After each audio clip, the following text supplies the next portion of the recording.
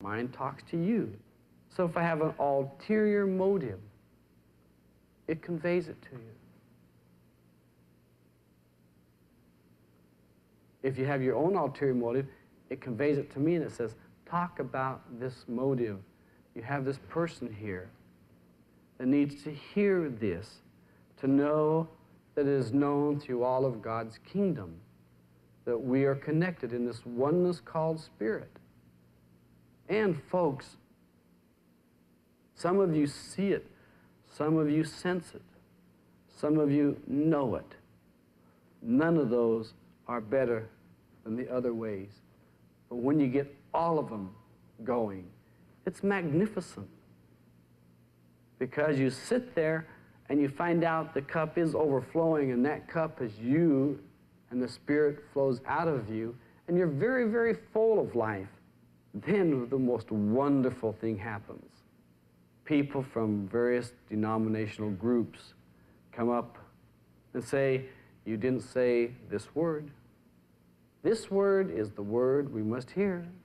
If you do not say this word, then thou art on thy way to hell. Say, just what is the word? I'll be glad to give it to you. I don't want to go to hell on any chance. Well, if you don't know, I won't tell you. Well, look, you did. You came up and told me that I'm supposed to know, and give me a break. I know 400 or 500 words. Just give me a hint. Spell it. Maybe I can stumble into it. You see, when we're working in this life, we're working in spiritual difficulties, and there's a lot of, I'm going to use the word spiritual darkness, even though that's sort of a lie, because spirit is light. I mean, if there's spirit, there's no darkness, there's spiritual lightness. But there is a darkness prior to this moment of physical, mental awakening and the spiritual awakening. There's darkness in there, and we call that spiritual darkness. That darkness is ruled over by a godly, Lord-like form who has control over all of the earth below that. Now, Paul of the Bible said, we're not wrestling against flesh and blood. We're not going after you in the physical body. And when people do that, when they start to come after you, you're an antichrist, you're a devil, you're this or that. You may be harboring one, feeding, nourishing your grudges, your hatred, your animosity. You could be harboring one, but you're not it. You're just whoever you are. But he said we're wrestling against principalities, spirits of the air, spiritual warfare. Is that real?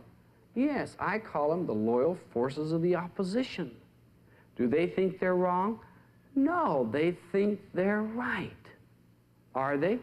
They're right in their thinking, but they're not right because they think that way.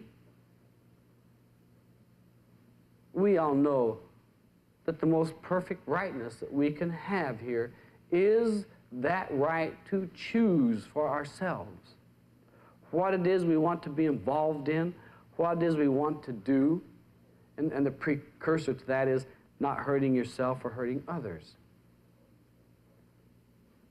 But people say, you can't do that unless you say Buick first, or you say Cadillac first, or you say Rolls Royce first. It's like, give me the key to the car, I'll say it on the way down the road. No, you don't get the key until you say what I want to hear you say. I paid for it in cash.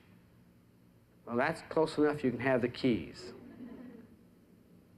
One person asked a very great teacher, he said, how do I succeed? He said, double your failures and bring them to me. And the person started doubling their failures, and they had a lot of failures. And they finally showed up to the guy, and they said, you said to double my failures and bring them to you? I'm almost wiped out.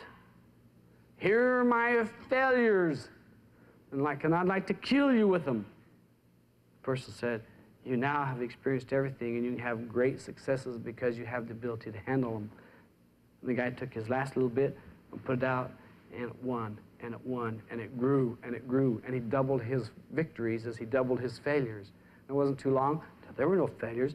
There were just experiences of learning of how not to do it. And he stayed out of the how not to do's, and he was learning of the how to do's. There were so many more than he had experienced. His life was vital and dynamic. What am I going to learn today to make this thing bigger for more people?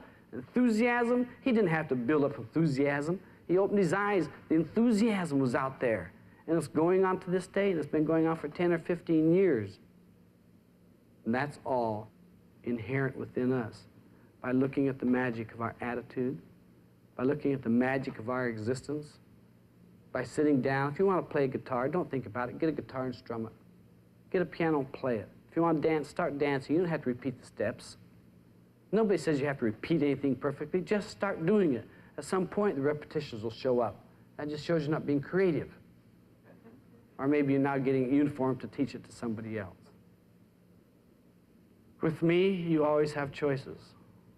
The choice to learn, the choice not to learn, the choice to grow, the choice to stay confined. That's yours because I have the same choices.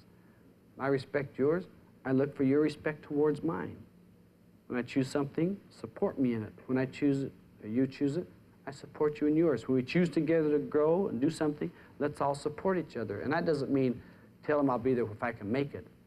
It's to show up and you say, I'm here. I didn't think I could make it, but I came to tell you I couldn't make it, but I'm here, so I made it, so let's do it. That's the type of activity that's going to make your life nurture and grow here physically, and the Spirit will reside in you. The success will appear because the Spirit is that success. And it's always yours to be involved in. You can't do it for the taking. You can't take it. You can only use it and share it. When you do, the sharing is the regrowing of new things that you get to participate in. You look at your life as that new venture from this second, a new venture. Some will look old. Look at it as being familiar, things that you're comfortable with, and step into new growth. That gets to be the excitement. Berush Beishan. John Rogers' closing words were Berush Beishan, which means the blessings already are. The blessings, the ideas, and the concepts which you've heard are just a small part of the abundance of material John Roger has shared with us over the years. If you would like a free book by John Roger, Journey of a Soul, call this number, 1-800-899-2665.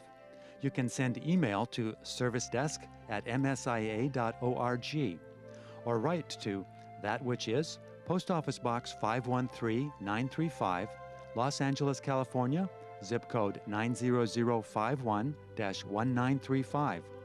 This has been That Which Is with John Roger. Thanks for joining us.